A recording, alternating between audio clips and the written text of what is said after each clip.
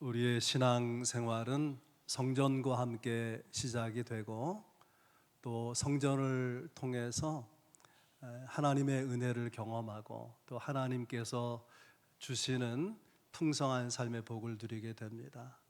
성전은 하나님의 임재가 이루어지는 곳이고 하나님의 영광이 나타나는 곳이고, 당연히 성전 기능에서 가장 중요한 것은 전심으로 하나님을 예배하는 것입니다. 그런데 에스겔 시대의 성전은 하나님 보시기에 굉장히 가증스러운 그런 장소가 되어버립니다. 이유가 뭐냐 하면 왕으로부터 백성에 이르기까지 온 나라가 우상 숭배를 하는데 그 우상이 성전 안에까지 들어온 거예요. 그러니까 하나님께서 더는 참으실 수가 없는 것이죠. 그래서 하나님의 임재와 영광이 성전을 떠나가 버리게 되고 하나님의 함께 하심이 떠나면서 하나님의 보호하심도 이스라엘에게서 빠져버리게 되죠. 그래서 이스라엘 나라는 여러분 아시는 대로 바벨론 나라에 의해서 패하게 되고 나라가 무너지고 성벽도 성전도 다 부서지게 됩니다. 백성들의 다수가 바벨론어 포로로 끌려가게 되지 않습니까? 이런 전쟁과 전쟁 피해를 직접 겪은 사람들은요, 어떤 생각을 하게 되냐면 언제 우리는 전쟁 전에 그 평화로운 데로 돌아갈 수 있을까? 망해버린 이 나라에 소망이란 있는 것인가? 참 삶의 희망이 무너진 아픔을 가지게 되지 않겠습니까? 네, 다행스럽고 감사한 것은 하나님께서 긍휼이 풍성하시다는 거예요. 아직 죄가 해결되지 않았지만, 이스라엘 백성의 죄가 너무나 크지만은 그러나 하나님께서 은혜를 베푸시는 거예요. 사람의 죄보다 하나님의 은혜가 크고 또 사람의 죄보다 하나님의 사랑이 큰 것이죠. 그래서 하나님께서 이스라엘 백성에게 돌아오리라 그렇게 다짐하시고 에스겔을 선지자로 세워서 에스겔에게 훗날 이루어질 그 미래에 대해서 환상을 주시는데, 그것이 이제 40장 이후에 본격적으로 진술이 되거든요. 에스겔 43장 5절 말씀입니다. 영이 나를 들어 데리고 안뜰에 들어가시기로. 이 안뜰은 성전 마당을 말하는 거예요. 내가 보니 여호와의 영광이 성전에 가득하더라. 하나님이 떠나는 것은 영광이 떠나는 거죠. 함께하던 영광이 다시 하나님의 은혜와 하나님의 영광이 임하는 거예요. 이스라엘 백성에게 주시는 그런 하나님의 위로고 또 이스라엘의 소망이 아닐 수 없습니다. 오늘 본문 에스겔 47장은 그런 위로와 소망의 말씀을 주시는 절정의 말씀인데 내용은 성전에서 물이 나오는 그런 모습이에요. 8절입니다. 그가 내게 이르시되 이 물이 동쪽으로 향하여 흘러 아라바로 내려가서 바다에 이르리니 이 흘러내리는 물로 그 바다의 물이 되살아나리라. 성소에서 흘러나오는 물이 아라바를 지나서 바다에 이른다고 하는데 그 바다는 사해 바다입니다. 세계에서 가장 그 해발이 낮은 바다가 사해 바다라고 하잖아요. 무려 마이너스 430m. 그리고 이 사해 바다의 염도가 31%라 그래요. 바닷물의 염도는 2.8%에서 3.5% 사이입니다. 그러니까 거의 10배가 되는 염도를 가지고 있기 때문에 어떤 물고기도 생물도 살 수가 없는 거예요. 그래서 그 사해를 죽음의 바다라는 의미로 사해라고 부르는 거죠. 죽은 바다라 그런 뜻입니다. 그런데 하나님께서 돌아오셔서 에스겔에게 환상을 보여주시는데 이 성전에서 흘러나오는 물이 죽음의 바다 사이에 흘러들어가면서 죽은 바다가 살아나는 거예요. 바다의 고기가 다 죽어서 하나도 없는데 그 바다의 생물들이 사는 그런 환상을 보여주신 것입니다. 온 땅의 성전에서 흐르는 물로 인해서 회복이 있게 될 그런 비전이죠. 그래서 오늘 세 가지 말씀 함께 나누려고 그래요. 도대체 이 물이 뭐냐? 성전에서 나오는 물. 두 번째는 그 물로 인해서 풍성한 회복을 주신다. 그 다음에 세 번째는 도대체 그런 풍성한 회복을 주시는 이유가 뭘까? 물과 물로 인한 회복을 주시는 이유, 그렇게 말씀을 나누겠습니다. 성전에서 나오는 물에 대한 말씀이 1절부터 기록이 되는데, 그가 나를 데리고 성전문에 이르시니 그 문지방에서 물이 나오더라, 그렇게 되어 있습니다. 에스겔은요 제사장의 아들이에요. 그러니까 성전 구조를 누구보다 잘 알고 있는 인물이죠. 성전에 물이 어디 있겠습니까? 성전 문지방에서 물이 나오는 것은 있을 수가 없는 일인데, 에스겔 선지자가 볼 때에 성전에서 물이 이렇게 스며 나오고 있는 거예요. 아니, 어떻게 물이 나오지? 어떻게 성전에서 물이 흐르지? 이해할 수 없지만 그 놀라운 광경을 보면서 신기하게 생각했을 것입니다. 그런데 이 성전에서 나오는 물을 따라서 이 물이 쭉 흘러가게, 물줄기를 이루고 흘러가게 되는데, 나중에 어떻게 되냐면 큰 강이 되는 거예요. 큰 강이. 그 강이 어떤 모습인지를 3절 이하에 설명하고 있습니다. 그가라고 하는 표현으로 나오는 그는, 어떤 신학자는 천사다, 어떤 신학자는 하나님이다.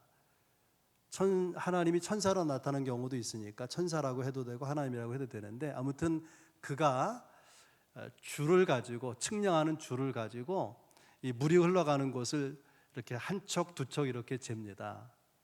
한 척은 한 규빗, 50cm 정도 되는데 1000규빗을 딱 재고 나서는 에스겔에게 그 물을 건너가라는 거예요. 그랬더니 건너보니까 물이 이렇게 발목에 차오른 것입니다. 또 500m쯤 1000척을 가게 되니까 이번에는 물이 무릎에 오른 거예요. 제법 강같이 보이지 않습니까? 그리고 다시 500m를 더하게 되니까 물이 허리에 오른 거예요. 괜찮은 강이죠. 그리고 다시 500m, 처음부터 말하자면 거의 2km 정도를 가서 에스겔이 건너보니까 그냥은 건널 수 없고, 건너려면 헤엄쳐 건널 만한 강이더라, 그렇게 성경이 묘사하고 있습니다. 그가 에스겔에게 이 강을 바라보고 있는데 건너라고 하는데, 에스겔이 이 강을 건너면서 어떤 느낌을 받았을까요? 처음에 건널 때, 두 번째 건널 때, 세 번째 건널 때마다 이 강이 점점점 깊어지는 거예요. 성전에서는 졸졸 이렇게 솟아나서 흐르는 물이었었는데 갈수록 깊어지는 신비한 강이죠. 그 신비하게 생각을 하는데, 이 말씀이 묘사될 때에 그 초점이 어디에 있는가 하면은, 물이 많아진다, 물이 깊어진다는 것보다도 이 물이 성소에서 나온다는 거예요. 다른 곳에서도 나올 수가 있잖아요. 지하수가 터진다든지. 성전, 다른 에스겔서 말씀을 보면 이게 하나님의 보좌를 말하는 것인데, 하나님의 보좌로부터, 지성소로부터, 성전으로부터 아무튼 이 물이 흘러 나온다고 하는 것입니다. 그래서 성전에서 흘러나온 물이기 때문에 이 물이 닿으면은 되살려내는, 죽은 것을 되살려내는 역할을 하는 거예요. 바다에 대하면 바다가 살아나고, 또 나무에 대하면 나무가 살아나고, 병든 사람에게 닿으면 치유가 되고 놀라운 역사를 일으키는 것을 보게 됩니다. 도대체 이 성전에서 나오는 물, 어떤 메시지가 있는 것이냐, 어떤 영적 교훈이 있는 것이냐. 첫째는 하나님이 이 성전에 흐르는 물, 생수의 생명의 근원이다라고 하는 것입니다. 그러니까 죽은 것을 살리는 역사는 하나님이 이루시는 것이라 그런 뜻이에요. 성령이 하나님께서 우리에게 역사하시면 우리의 속사람이 살아나게 되죠. 그리고 우리 심령의 부흥도 결과적으로는 하나님이 일으키는 역사 아니겠습니까? 하나님께서 우리를 새롭게 하고 우리의 삶을 부흥케 하고 우리의 영혼을 거룩하게 하는데, 안타깝게도 이스라엘 백성들은 그 좋으신 하나님을 버렸다는 거예요. 바보 같은 거 아닙니까? 예레미야 17장 13절에 이스라엘의 소망이신 여호와여 무릇 주를 버리는 자는 다 수치를 당할 것이라. 이런 생수의 근원이신 여호와를 버림이니라. 그 깊어지는 강 출발 근원, 생수의 근원은 하나님이시다. 그 하나님을 버리면 어떻게 되느냐? 터진 웅덩이가 되고 마는 거죠. 하나님이 주시는 복이 아니라 자기 힘으로 살려고 노력하는 것, 나중에 보면 다 빠져나가고 없단 말이죠. 하나님이 주시는 은혜가 아니고 세상에서 얻게 되는 만족, 거기에 마음을 빼앗기게 되면 터진 웅덩이 같이 이것은 결국은 거기서 만족과 기쁨을 얻을 수 있는 삶이 되어버리고 만다는 거예요. 그래서 이 성소에서 흐르는 물을 생각할 때 우리가 먼저 기억할 것은 우리를 소생케 하는 그 근원은 하나님이시다. 생수의 근원이 하나님이다. 여러분 잊지 않기를 바랍니다. 두 번째, 이 물의 의미는 성령의 임재를 말하는 것입니다. 우리나라와 다르게 이스라엘은요, 이 강수량이 굉장히 적어요. 비가 잘 안 옵니다. 우리는 비 오면 우산을 쓰죠. 빨리 비를 피해야 되겠다고 생각하는데 이스라엘 사람은 비 오면 이게 기쁜 거예요. 그래서 노래를 부르고 춤을 추고 그러는 거예요. 비 오는 자체를 너무 좋아해요. 건조한 사막 광야 지역이 많기 때문에 그런 거죠. 세계의 모든 대도시는 강을 끼고 있어요. 그래서 서울에는 한강이 있죠.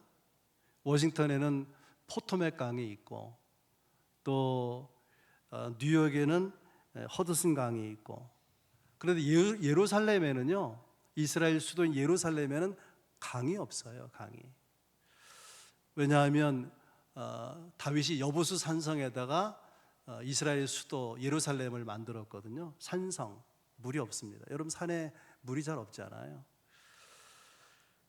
그런데 놀랍게도 산성에 있는 예루살렘 도시에 세운 성전에 물이 이렇게 스며서 나오고 있는 거예요. 참 신기한 거죠. 이 모습을 하나님께서 에스겔로 하여금 보게 하신 것입니다.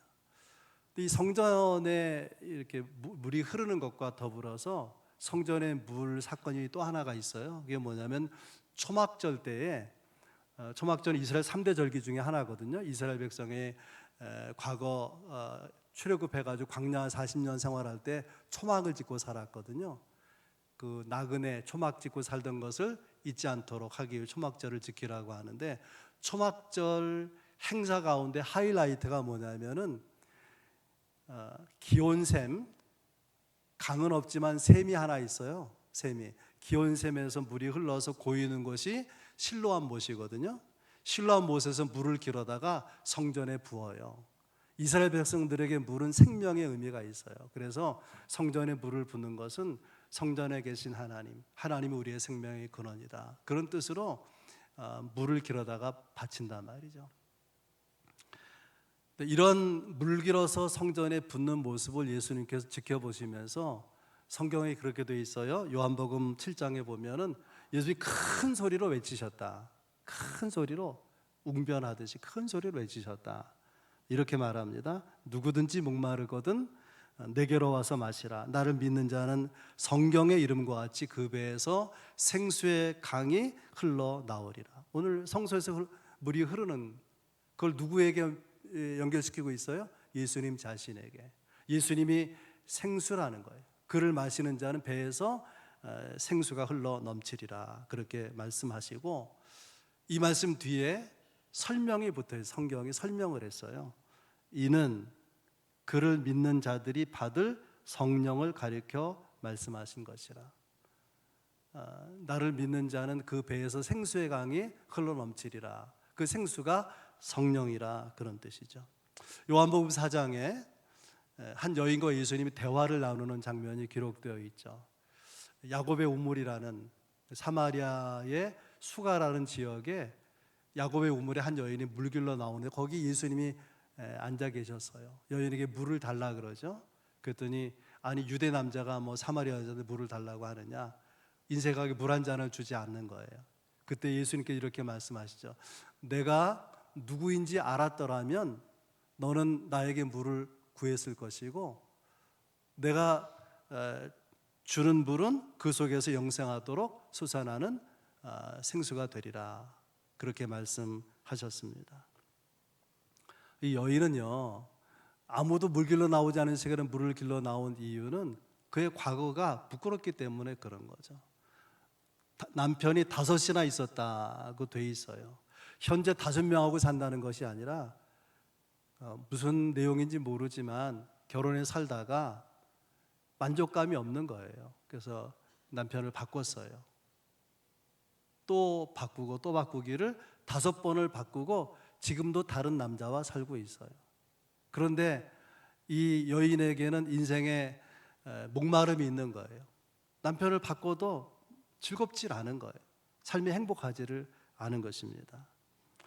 그런데 예수님께서 말씀하시기를 내가 누구인지 알았다면 나에게 물을 달라 그랬을 것이고 그러면 나는 그에게 물을 주었을 것이다. 목마르지 않는 물을 주었을 것이다. 중요한 포인트가 있어요. 구하면 주신다는 거예요. 예수님이 주시는 생수가 뭘 말한다 그랬죠? 성령. 성령은, 성령 충만은 구하는 자에게 주신다는 거예요. 별로 관심이 없고 기대를 하지 않고 그런 사람은 성령 충만에 이를 수가 없는 것이죠. 성경에 보면 성령이 얼마나 놀라운지를 비유로 성령은 불과 같다, 성령은 바람과 같다, 성령은 비둘기 같다, 성령은 생수 같다, 여러 가지로 비유하지 않았습니까? 한마디로 말하면 성령이 우리에게 임할 때 놀라운 역사를 경험하게 된다는 거죠. 이 사마리아 여자가 처음에 예수가 누군지 몰랐다가 예수님을 믿게 되고 성령이 그 마음에 부어지게 되면서 목마름이 해결이 되는 거예요. 남편을 바꿔도 만족이 없었는데 얼굴에 미소가 번지고 그리고 만족해하고 행복해하는 삶으로 변화가 된 것입니다. 성전에서 흐르는 물, 그것은 예수님의 영, 예수님이 보내주신 성령의 임재, 성령을 말하는 거죠. 세 번째, 이 성전에 나온 물의 의미는 예배 회복에 대한 메시지가 그 가운데 있다는 거예요. 이스라엘이 범죄했을 때 하나님이 떠나셨다 그러지 않습니까? 성경을 읽어보면 성전 동편을 향해서 떠나가셨어요. 그런데 이스라엘이 죄가 있음에도 불구하고 주님에게 사랑이 있기 때문에 궁휼한 마음으로 돌아오실 때 성전 동편을 통해서 들어오시게 됩니다. 그리고 하나님의 임재를, 하나님의 영광을 나타내 주시게 되는데 그때 가장 중요한 장소가 제단이에요. 제단의 기능은 제사 예배를 드리는 것이죠. 그래서 에스겔에 보여준 환상은 뭐냐면 예배 회복에 대해서 주시고 있는 말씀인 것이고 또 실제로 오늘 이 놀라운 환상 에스겔 47장 바로 전에 몇 장이 있을까요? 어려워요? 에스겔서 47장이 본문인데 바로 전에 몇 장이 있어요? 46장. 46장은 온통 예배에 관해서 강조한 주님의 말씀이에요. 에스겔 46장 1절 안뜰 동쪽을 향한 문은 일하는 여세 동안에는 닫되 안식일에는 열며. 왜 열죠? 예배드리도록. 안식일 예배, 주일 예배를 드리라 그 말이에요. 또 3절, 46절 3절 초하루에 이 문 입구에서 나 여호와 앞에 예배할 것이며. 초하루는 그달의 첫날을 말하는 거예요. 하나님이 또 새로운 한 달을 주시면 그 한 달을 하나님의 백성답게 내가 살아보겠습니다. 주님과 동행하는 삶을 살겠습니다. 그런 다짐으로 첫날 하나 앞에 예배를 드리라 그런 말이고요. 13절 이후에 보면 아침마다 번제와 소제를 드리라. 아침마다 드리는 예배가 몇 번 반복되고 있는데 마치 우리 새벽 기도와 같은 거죠. 새벽 기도 때 무슨 내용으로 기도하는지도 중요하지만 하나님이 내게 주신 하루 첫 시간 주님 앞에 기도하고 또 주께 내 삶을 의탁하고 하나님의 은혜를 받아서 살고 싶습니다. 그렇게 드리는 예배가 새벽 기도회 아니겠습니까? 온통 하나님께 예배하라는 말씀으로 가득 차 있고, 그리고 이제 40실장에 성전 문지방에서 흐르는 물, 그것이 다 모든 것을 되살리는 축복으로 나타나잖아요. 축복의 배경이 뭐예요? 예배라는 거죠. 예배가 살아있고 기도가 살아있고 말씀이 살아있을 때 우리 삶에 하나님의 기적 같은 은혜가 임하게 될 것을 말씀하고 있는 것입니다.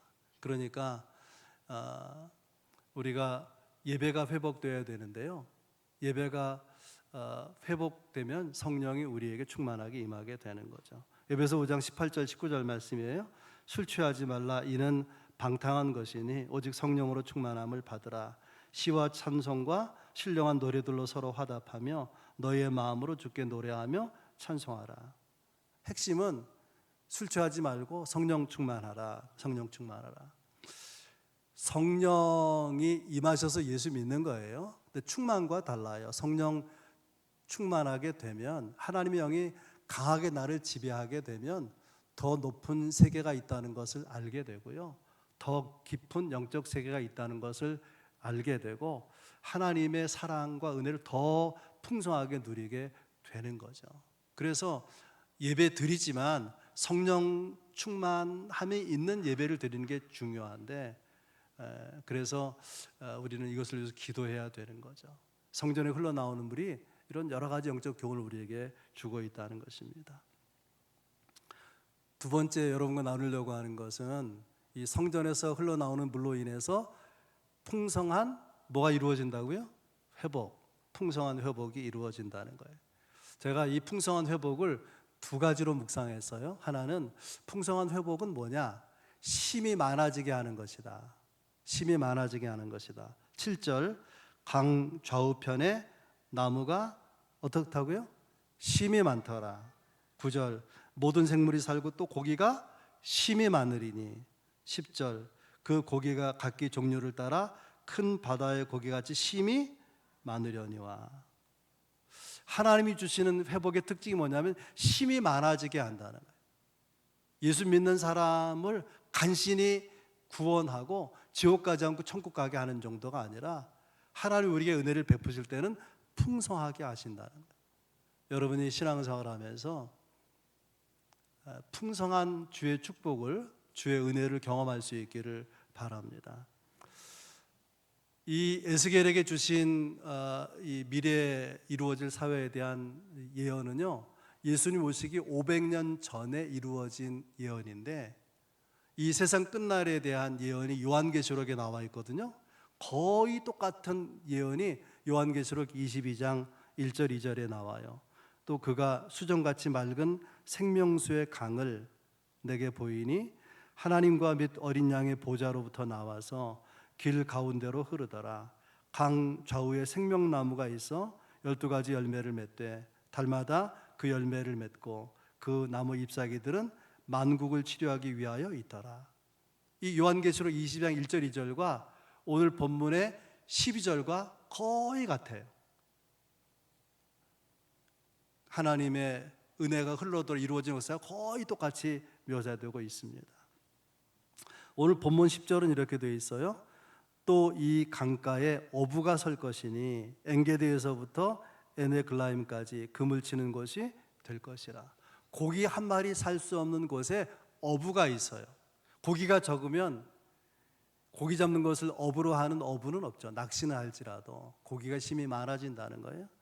여기 엔게디는 사해 서한 지역이고 에네글라임은 사해 북단 지역이에요. 그러니까 사해를 이렇게 사해 바다를 두고 볼 때에 이 서쪽과 북단에 그 그물이 쫙 펼쳐져 있는데 그물 치는 곳이 된다.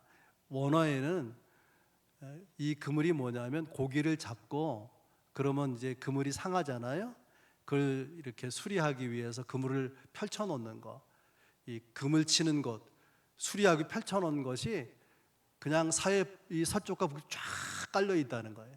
그만큼 고기 잡는 것이 활성화되어 있는, 어부가 있고 어부들이 모여 사는 어촌이 생기는 모습을 보여주고 있는 것이죠. 그래서 풍성한 회복을 주시는데 한마디로 말하면 힘이 많아지게 하신다. 근데 두 번째는 오늘 본문에 표현이 나와 있지 않지만 제가 이렇게 묵상하면서 본문의 내용이 이런 거예요. 하나님은 좋은 것은 보존시키신다. 죽은 것은 살리고 나쁜 것은 좋게 하고 하지만 이미 좋은 것은 유지시켜 주신다는 거예요. 유지시켜 주신다는 거예요. 11절 말씀이에요. 그 진펄과 개펄은 되살아나지 못하고 소금 땅이 될 것이며, 성소에서 흘러나오는 물이 모든 죽은 것을 되살려내요. 바다도 또 고기도 나무도 사람도 다 살려내는데, 그래서 어촌도 생기고 뭐 이렇게 살리는 놀라운 역사가 있는데, 참 이해할 수 없는 표현이, 그런데 진펄과 개펄은 되살아나지 못한다. 하나님 살리는 역사가 강하게 나타나는데 되살아나지 못하고 여전히 소금 땅이 될 것이다 그랬어요. 근데 여러분, 성경은요 문맥을 보는 게 중요한데, 이 11절 앞에 10절에 살리는 역사, 뒤에 12절도 풍성하게 축복하신 역사가 나와 있어요. 그럼 이 11절이 생뚱맞지 않습니까? 그래서 우리말 번역은 좀 아쉽다 그런 생각이 들어요. 원문에 충실한 번역이 아닌 거예요. 진펄은 원어로 말하면 습지를 말하고, 개펄은 우리가 생각하는 갯벌이 아니라 웅덩이를 말하는 거예요. 물웅덩이를 말하는 거예요. 그래서 진펄과 개펄은 사해 주변에 구덩이들, 물이 없고 이렇게 물기가 이렇게 있어가지고 질퍽한 그런 땅을 말하는 것인데, 염도가 엄청 높은 거예요. 사해 바다는 31%인데 31% 정도가 아니라 염도가 너무 많으니까는 소금이 쌓여 있는 곳이 있는 거예요. 소금이 쌓여 있는 거. 눈에 소금이 보이는 거예요. 모든 땅이 그런 건 아니지만. 그래서 이 진펄과 개펄이는 소금을 어떻게 하느냐?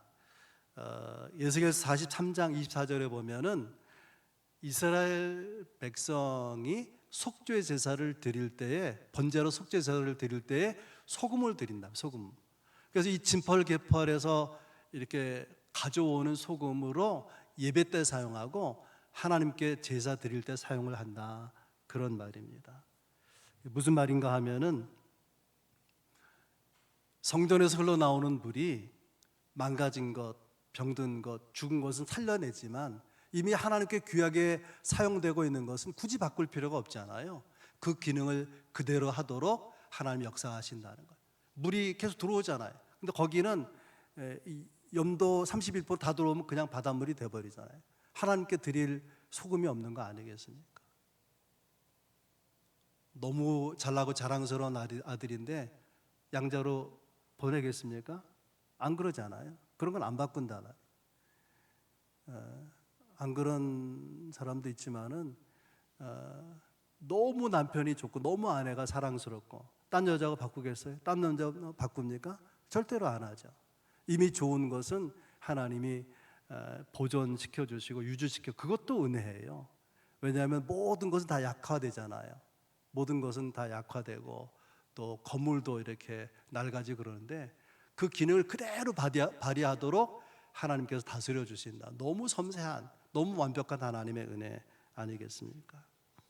아무튼 풍성한 회복, 힘이 많아지게 하고 좋은 것은 유지시켜 주시는 이런 특별한 풍성한 회복을 주시는 이유가 뭘까? 세 번째 나누고자 하는 말씀인데, 이유가요, 놀랍게도 이스라엘을 위한 것이 아니라 하나님을 위한 거래요. 놀라운 회복을 주신 이유가 에스겔서 36장 22절에 보면, 내가 이렇게 행함은 너희를 위함이 아니요 너희가 들어간 그 여러 나라에서 더럽힌 나의 거룩한 이름을 위함이라.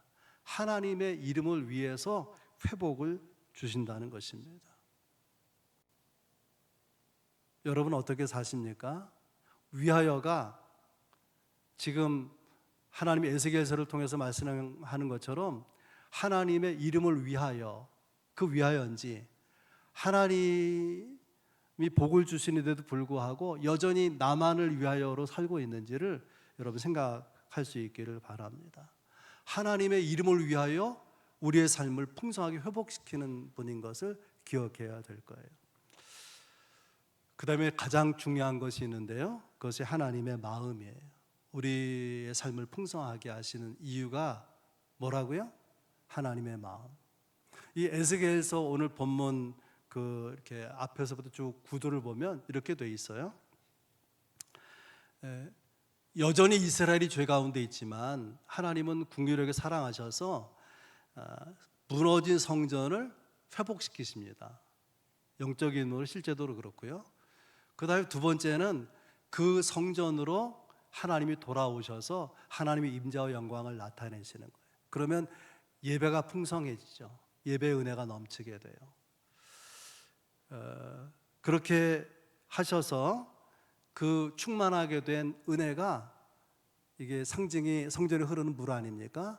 물이 성전에 흘러가지고 어떻게 되냐, 가만히 이렇게 따라가 보니까 성전 밖을 향해서 가는 거예요. 성전 밖을 향해서 하나님의 마음이, 세상을 향한 하나님의 마음이 여러분 느껴지십니까?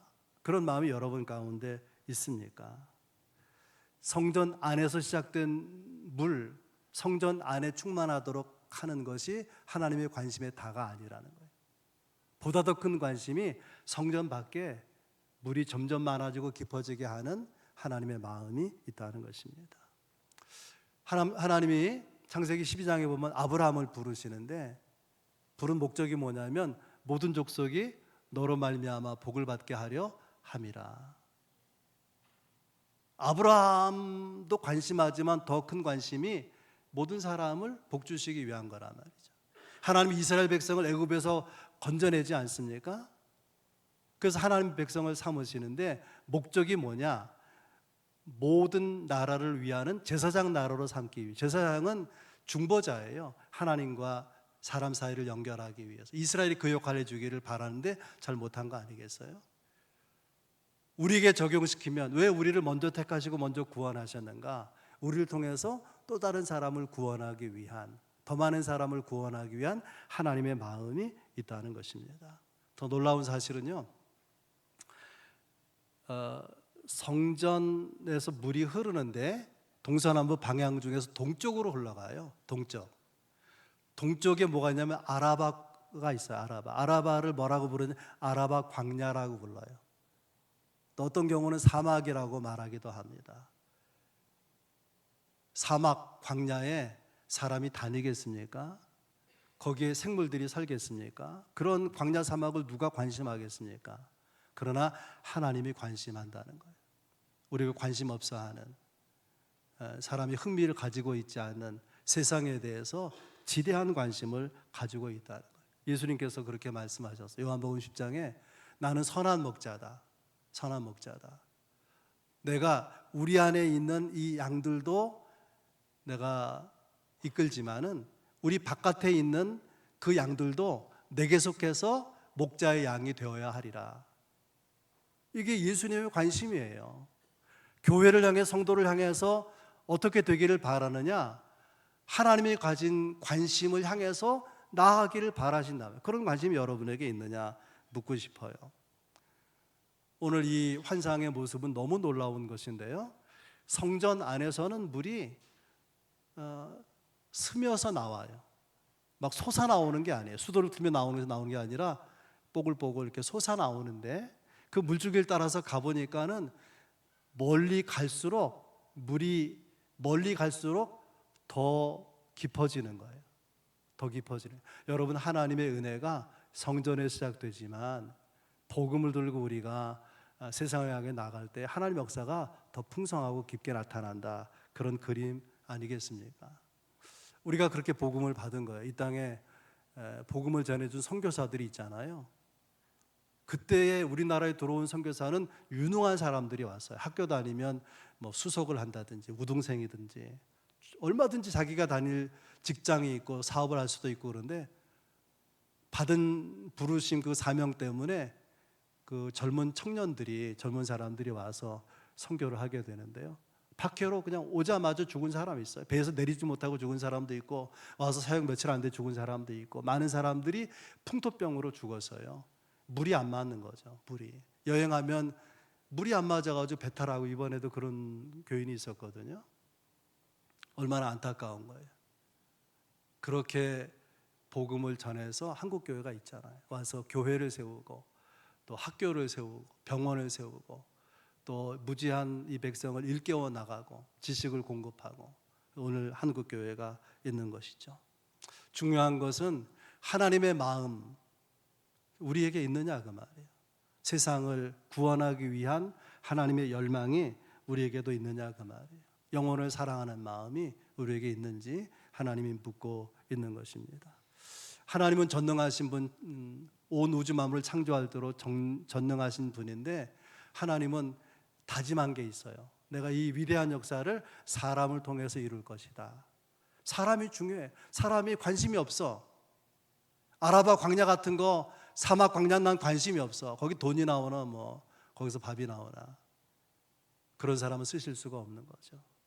하나님의 영에 감동된 사람, 말씀의 깊은 이해를 가지고 있는 사람, 영혼을 뜨겁게 사랑하는 사람, 주님의 마음을 품고 사는 사람, 그런 사람을 붙드시고 오늘도 생명을 구원하는 죽은 것을 되살릴 역사를 이루어 나가시는데 여러분의 남은 생애가 그렇게 귀하게 쓰여질 수 있기를 주의 이름으로 축복합니다.